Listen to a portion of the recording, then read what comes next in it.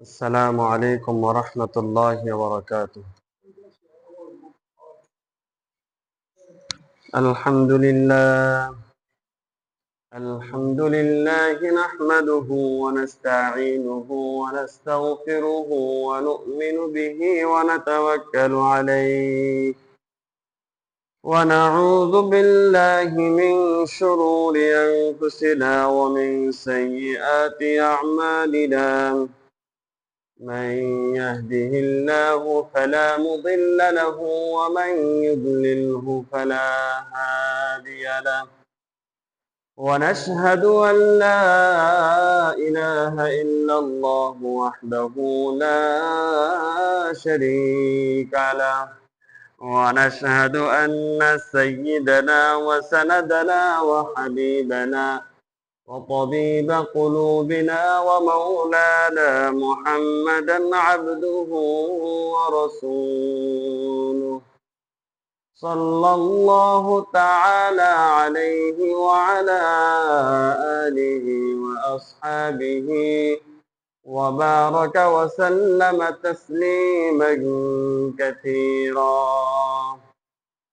أما بعد فقد قال الله تعالى في كلامه المجيد وفرقانه الحميد: أعوذ بالله من الشيطان الرجيم.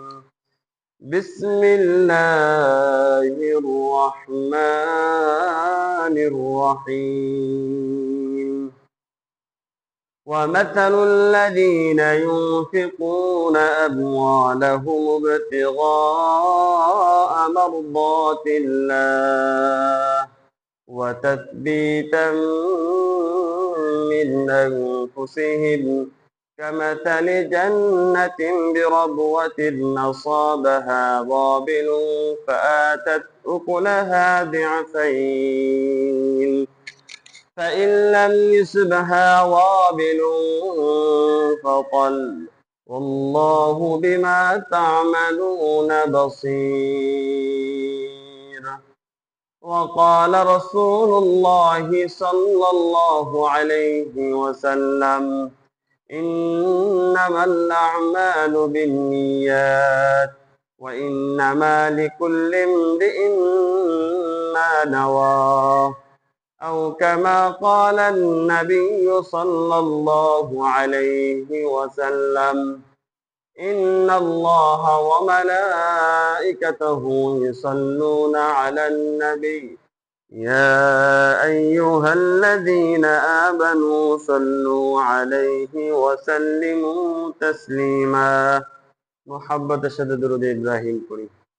اللهم صل على محمد وعلى آل محمد كما صليت على إبراهيم وعلى آل إبراهيم إنك حميد مجيد.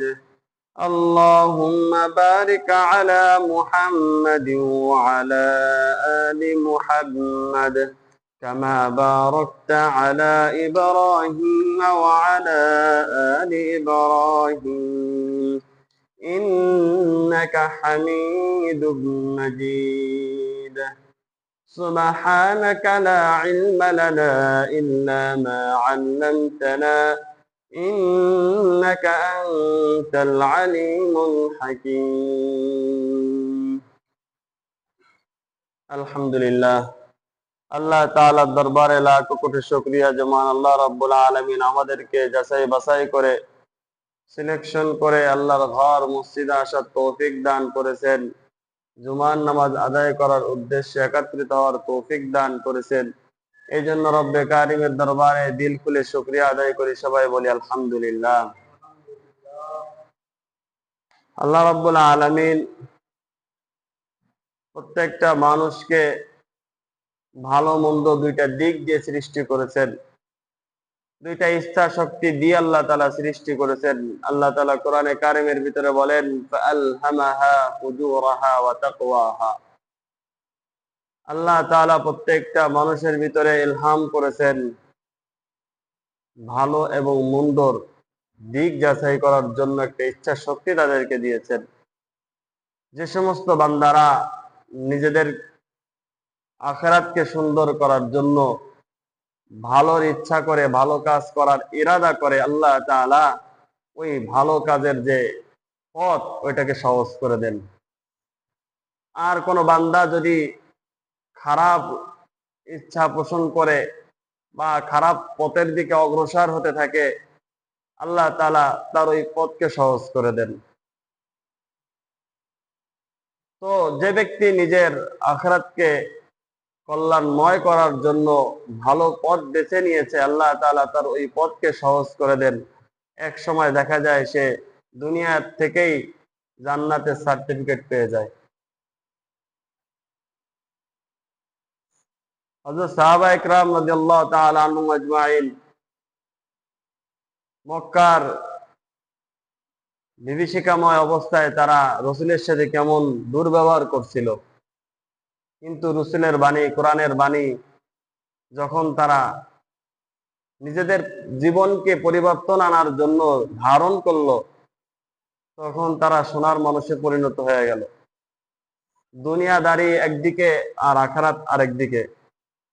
দুনিয়ার সম্পদ চলে যায়, কাফের মুশরিকরা লুটপাট করে নিয়ে যায়, কিন্তু তারা আল্লাহ এবং আল্লাহ রসুল যে বিধান দিয়েছেন, যে বিধান বলছেন, ওইটাকে তারা আঁকড়ায় ধরছে।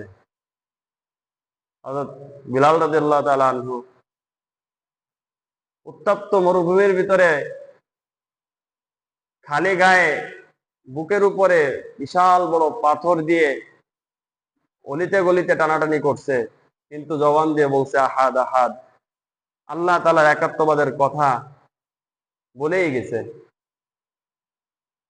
তারা ইমানের স্বাদ বুঝছে, তারা কষ্ট করে ইমান হাসিল করছে, কষ্ট করে মুসলমান হয়েছে, কষ্ট করে কোরআন হাদিসের এলেম তাদের ভিতরে ঢুকছে, যার কারণে তারা তাদের জান চলে যায়, কিন্তু তারা কোরআন হাদিসের জ্ঞান, কোরআন হাদিসের যে মর্ম, এটার থেকে তারা পিছু হটে না কখনো। মোহতারাম হাজিরিন, আজ আমাদের অবস্থা, আমরা মুসলমানের ঘরে জন্ম হয়ে আমাদের নামের পাশে মুসলমান লাগে, কিন্তু এই মুসলমানিত্ব, মুসলমান হওয়ার পিছনে আমাদের বিন্দু মাত্রা কষ্ট করতে হয়নি, যার কারণে মসজিদে আজান হয়, মসজিদে মুসল্লি নাই। রমজান মাস আসে, রোজা রাখার লোক পাওয়া যায় না। হজ ফরজ হয়, হজ আদায় করার লোক পাওয়া যায় না। সম্পদের মালিক হয়, কিন্তু জাকাত প্রদান করার লোক খুঁজে পাওয়া যায় না। কারণ আমরা নামে মুসলমান, কামে আমাদের কোনো কিছুই নেই।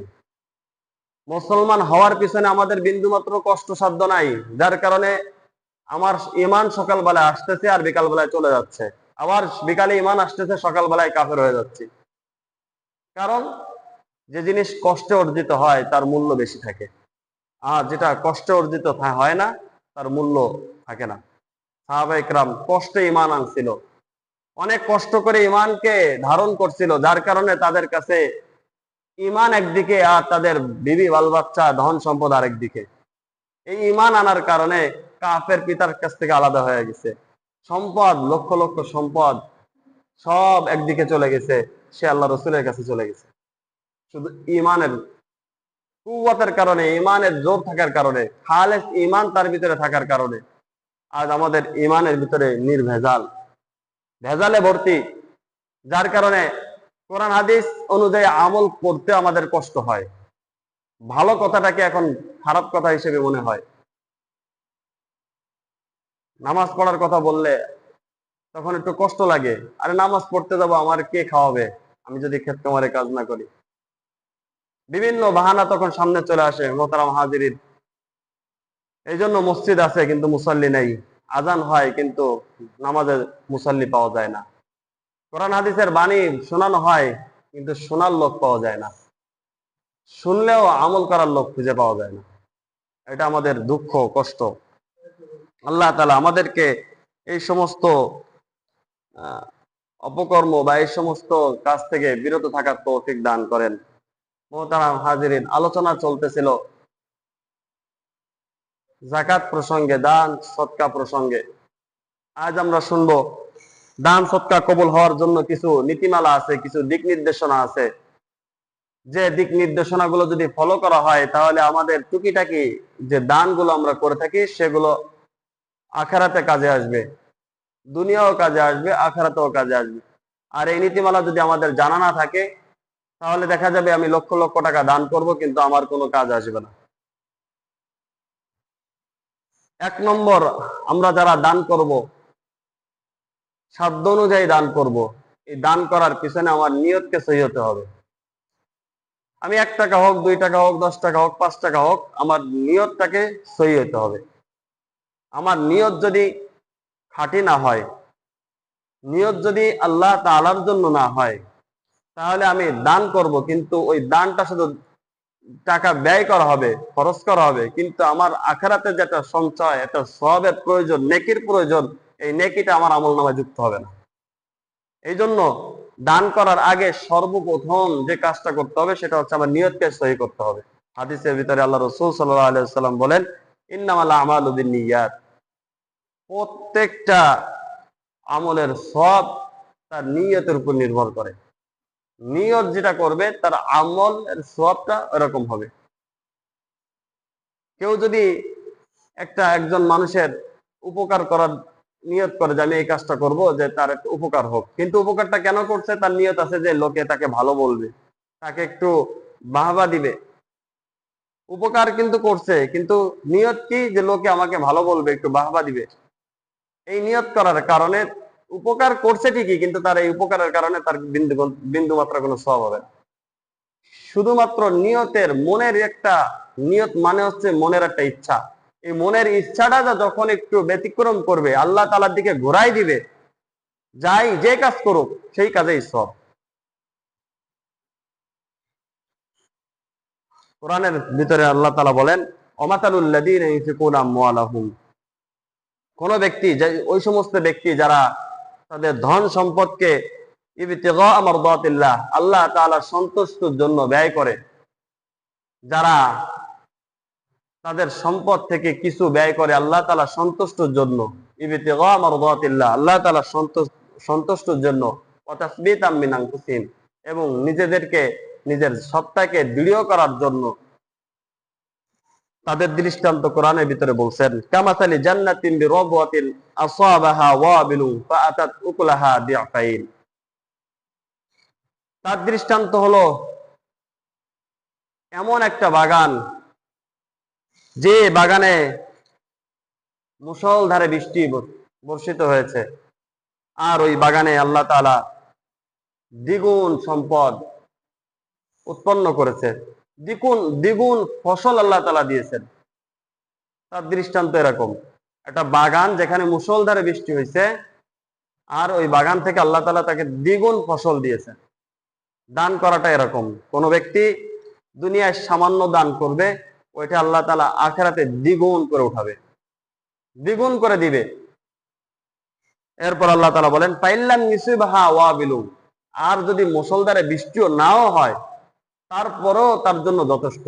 মুষলধারে বৃষ্টি হওয়ার দরকার নাই, হালকা বৃষ্টি হইলো, কিন্তু তারপরেও দ্বিগুণ না হইলেও তার ভিতরে কিছুটা থাকবে। দ্বিগুণ ফসল হবে না, তারপরেও তার সামান্য ফসল থাকবে, আর এটাই তার জন্য যথেষ্ট হয়ে যাবে। এটা হচ্ছে যারা দান করে আল্লাহ তাআলাকে সন্তুষ্টের জন্য, তাদের একটা উপমা আল্লাহ তাআলা কোরআনের ভিতরে দিছে। আল্লাহ তাআলা সন্তুষ্টের জন্য দান করবে, আর এর দৃষ্টান্ত হলো এরকম যে একজনের বাগান আছে, বাগানে আল্লাহ তাআলা মুষলধারে বৃষ্টি দিছে, বৃষ্টির মাধ্যমে ওই তার খেতে দ্বিগুণ ফসল আল্লাহ তাআলা দিছে। দানকারী যে দান করবে আল্লাহ তাআলাকে সন্তুষ্টের জন্য, তার ওই দানটা আখিরাতে দ্বিগুণ সওয়াব ধারণ করবে, দ্বিগুণ সওয়াব তার আমলনামায় লেখা হবে। আর যদি বৃষ্টি নাও হয়, ওই খেতে যদি বৃষ্টি নাও হয়, তারপরেও তার ওই ফসলে কমপক্ষে 1 গুণ হইলেও তো হবে, আর ওইটাই তার জন্য যথেষ্ট হয়ে যাবে। তো যে ব্যক্তি দান করবে আল্লাহ তাআলাকে সন্তুষ্টের জন্য, সামান্য হোক কম হোক, এটা আখিরাতে তার জন্য একটা পুঁজি। হাদিসের ভিতরে আছে, নিয়ত যদি শুদ্ধ না হয় তাহলে তার এই সম্পদ সে যে ব্যয় করবে, এই সম্পদ তার হিতে বিপরীত হয়ে যাবে, দান করাটা তার জন্য বিপরীত হয়ে যাবে। আল্লাহ তাআলা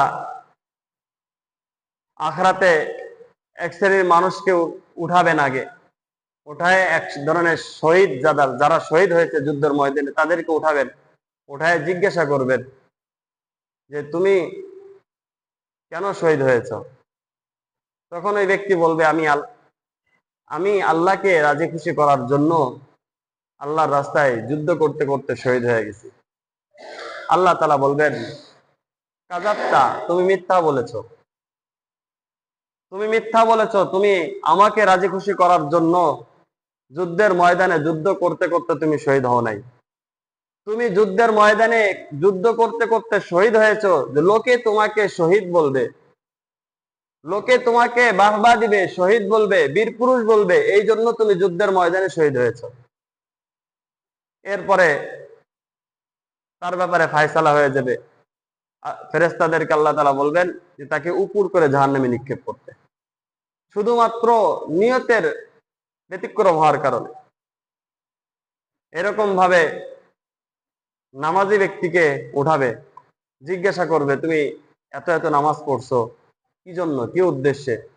ওই ব্যক্তি বলবে আমি একমাত্র আল্লাহ তাআলাকে রাজি খুশি করার জন্য আমি নামাজ আদায় করেছি।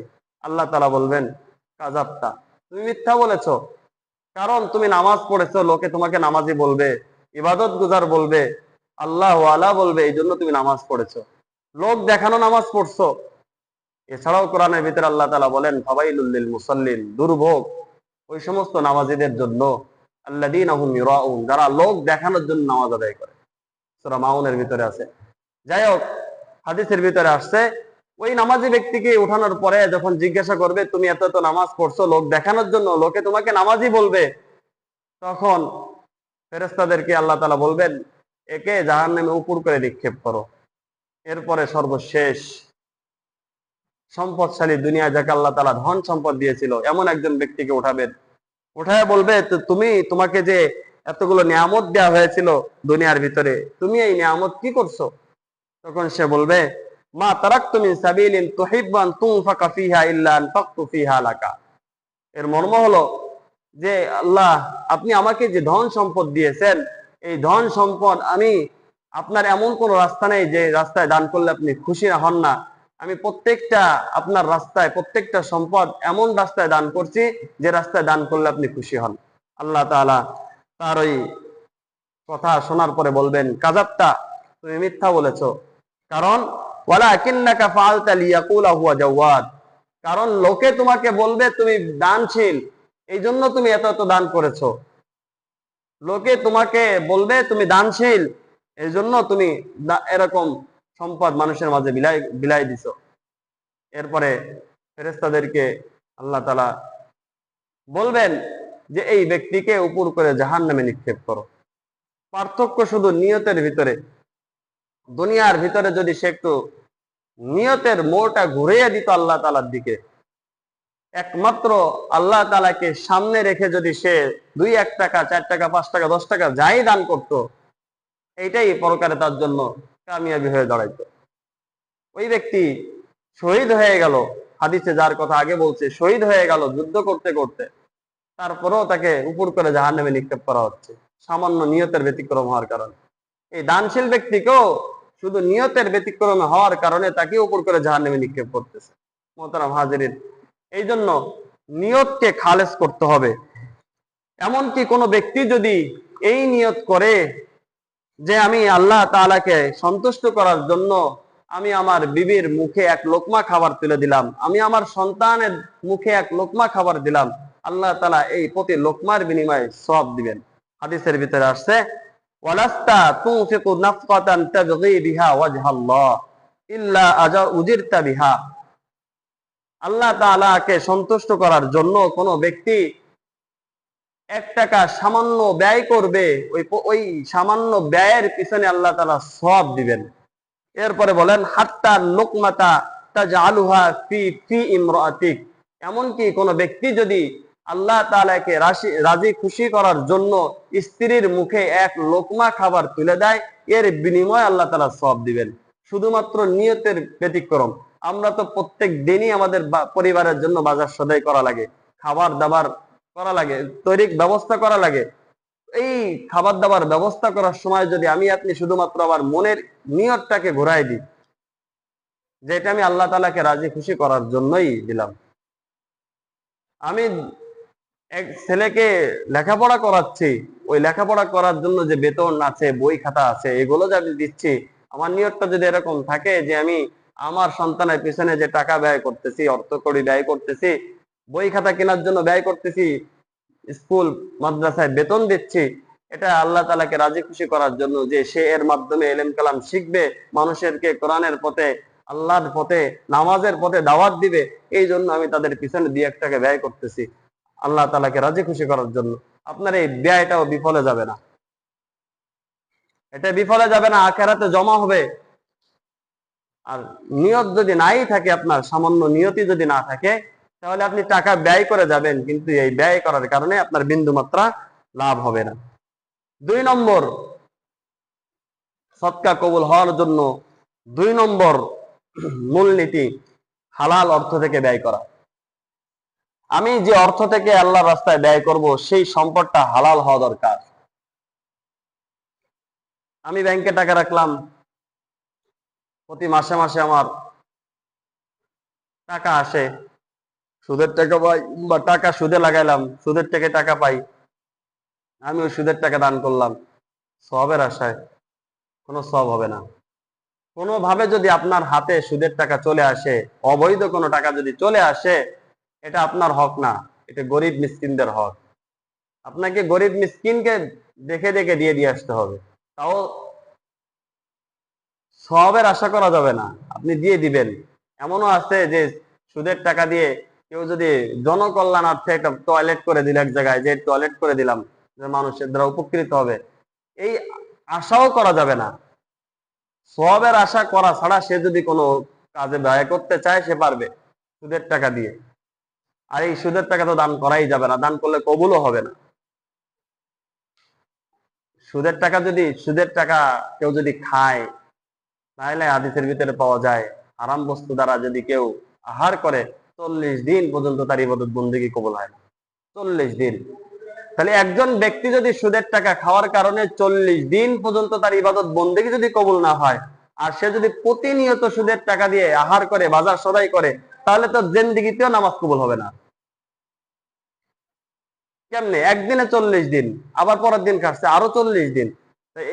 এই যে প্রত্যেক দিন সুদের সম্পদ দিয়ে বাজার সদাই করা, নিজেও খায়, নিজেও গুনাহগার হয়, নিজের ইবাদত বন্দিও কবুল হয় না, অধীনস্থ যারা আছে তাদেরকেও এই সুদের টাকা দিয়ে খাওয়াচ্ছে, তাদের যে গুনাহ হচ্ছে, এই গুনাহ ওই যে টাকার ব্যবস্থা যিনি করতেছেন তার উপরে যে বর্তাচ্ছে।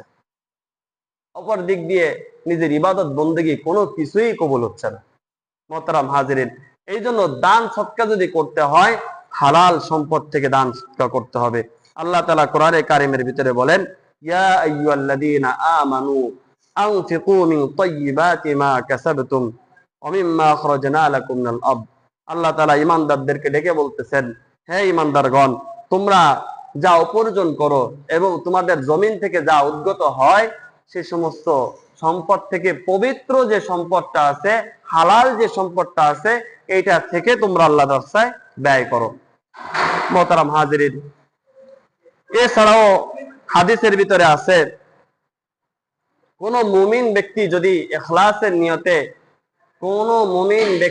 ইখলাসের নিয়তে আল্লাহ তাআলার পথে খরচ করে, আমরা মনোযোগ দিয়ে কথাবার্তা শুনি, মুমিন ব্যক্তি যদি কোনো এক সম্পদ ইখলাসের সাথে আল্লাহ তাআলার রাস্তায় খরচ করে, আল্লাহ তাআলা সেটিকে যত্ন করেন, সেটিকে ডান হাত দ্বারা গ্রহণ করেন, এবং সেটাকে তিলে তিলে সেটাকে লালন পালন করার মাধ্যমে অনেক বিরাট বড় খাজানা তৈরি করেন আল্লাহ তাআলা। কোন ব্যক্তি একটা সম্পদ, একটা খেজুরের দানা বা একটা খেজুর আল্লাহ রাস্তায় দান করছে, হালাল সম্পদ থেকে আল্লাহ তাআলা ওইটাকে ডান হাত দ্বারা গ্রহণ করে, গ্রহণ করার পরে ওটাকে লালন পালন করে, যেমন কোনো ব্যক্তি ঘোড়া বা গরু লালন পালন করার পরে ওটার থেকে বাচ্চা হয়, আস্তে আস্তে বাড়তে থাকে তার, ঠিক আল্লাহ তাআলা ওই সামান্য হালাল সম্পদ থেকে দান করা যে বস্তুটা, ওটা আল্লাহ তাআলা ডান হাত দ্বারা গ্রহণ করে আল্লাহ তাআলার কাছে ওটাকে লালন পালন করতে থাকে। আখিরাতে ওটাকে পাহাড় সমতুল্য করে দেন। হাদিসের ভিতরে আসছে, মান তাসাদ্দাকা বিআদলি তামরিন, কোন ব্যক্তি খেজুর দান করছে, এটা সামান্য একটা খেজুর পরিমাণ সম্পদ দান করছে, মিন কাসবিন তাইয়িবিন, হালাল উপার্জন থেকে, হালাল উপার্জন থেকে একটা খেজুর আল্লাহর রাস্তায় দান করছেন, ওয়ালা ইয়াকবালুল্লাহু ইল্লা তাইয়িব, আল্লাহ তাআলা হালাল ব্যতীত গ্রহণ করেন না। তো যে ব্যক্তি ওই হালাল সম্পদ থেকে একটা খেজুর দান করছেন, ওয়া ইন্নাল্লাহা ইয়াতাকাব্বালুহা বিয়ামিনিহি, আল্লাহ তাআলা ওই হালাল সম্পদ থেকে দান করা খেজুরটি ডান হাত দ্বারা গ্রহণ করেন। আল্লাহ তাআলা ওই ডান হাত দ্বারা ওই খেজুরটি গ্রহণ করেন। সুম্মা ইউরাব্বিহা লিসাহিবিহি, আর ওই দাতার জন্য আল্লাহ তাআলা ওই খেজুরটাকে লালন পালন করেন। ওই খেজুরটাকে আল্লাহ তাআলা যিনি দান করছেন ওই দাতার জন্য লালন পালন করতে থাকেন আখিরাতে। কামা ইউরাব্বি আহাদুকুম কলুবুহু, কলবুহু মানে ঘোড়া, আমাদের বর্তমান সময় ছাগল, বকরি বা গরু হইতে পারে। যেমন কোন ব্যক্তি একটা গরু লালন পালন করে বা একটা ঘোড়া লালন পালন করে, আস্তে আস্তে ওর থেকে বাচ্চা হইতে হইতে সে অনেক বড় লোক হয়ে যায়। আল্লাহ তাআলা ওই খেজুরের দানাটাকে আখিরাতে ওরকম লালন পালন করতে করতে এক পর্যায়ে হাত্তা তাকুনা মিসলাল জাবাল, পাহাড়ের মতো করে ফেলেন। ছোট একটা খেজুরকে আল্লাহ তাআলা লালন পালন করতে করতে পাহাড় সমতুল্য করে ফেলেন, শুধু হালাল সম্পদ থেকে দান করার কারণে। আপনি এরকম হালাল সম্পদ থেকে 1 টাকা দান করেন, আশা করতে পারেন আখিরাতে ওইটা ওই 1 টাকা আপনার 1000 টাকার সমপরিমাণ হবে। শুধু আপনার নিয়ত খালেস থাকতে হবে, হালাল সম্পদ থেকে হতে হবে। মোহতারাম হাজিরিন, আরো অনেক পয়েন্ট আছে, 12টা পয়েন্টের মাত্র 2টা পয়েন্ট হলো এই হালাল ভাবে যদি আমরা দান সৎকার করি বা যে নীতিমালাগুলো আছে এই নীতিমালাগুলো যদি আমরা অনুসরণ করি, তাহলে আমাদের সামান্য দান এটা আল্লাহ তাআলার কাছে গৃহীত হবে, কবুল হবে। মোহতারাম হাজিরিন, আল্লাহ তাআলা আমাদেরকে এই মূল নীতি অনুযায়ী দান সৎকার করার তৌফিক দান করেন।